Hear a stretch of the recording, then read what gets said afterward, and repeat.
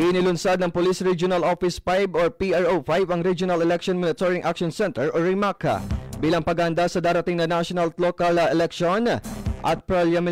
parliamentary election sa bagong Bangsamoro Autonomous Region in Muslim Mindanao na nagtatakdang ganapin sa Mayo 2025 na ginanap din sa Legazpi City, Albay ngayong araw, Enero 9.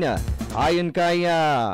PNP Bicol Regional Director Police Brigadier General Andre Perez Dizon, ang REMAC ay magsisilbing sentro ng operasyon para sa pamamaraan, koordinasyon at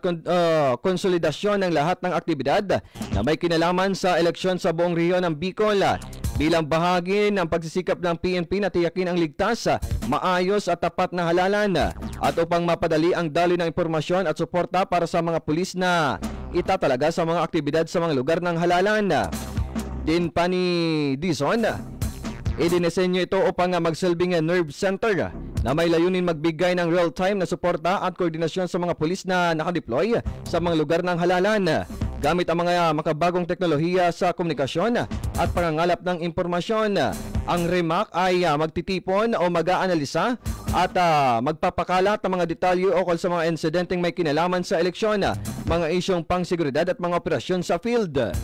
Ito ay magsisilbing central hub para sa mga ulat na may kaugnayan sa eleksyon at pagbibigay ng mga critical na update upang mabilis na matugunan ang anumang problema o issue na maaaring lumitaw habang nagpapatuloy ang halalan.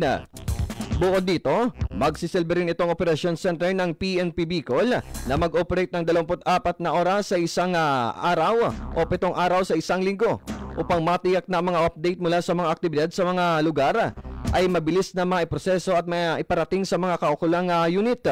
Tinitiyak nito na ang mga isyong lilitaw sa oras ng eleksyon ay agad na malulutas at magbibigay gabay para sa mga tamang desisyon sa deployment at iba pang aksyon sa labas.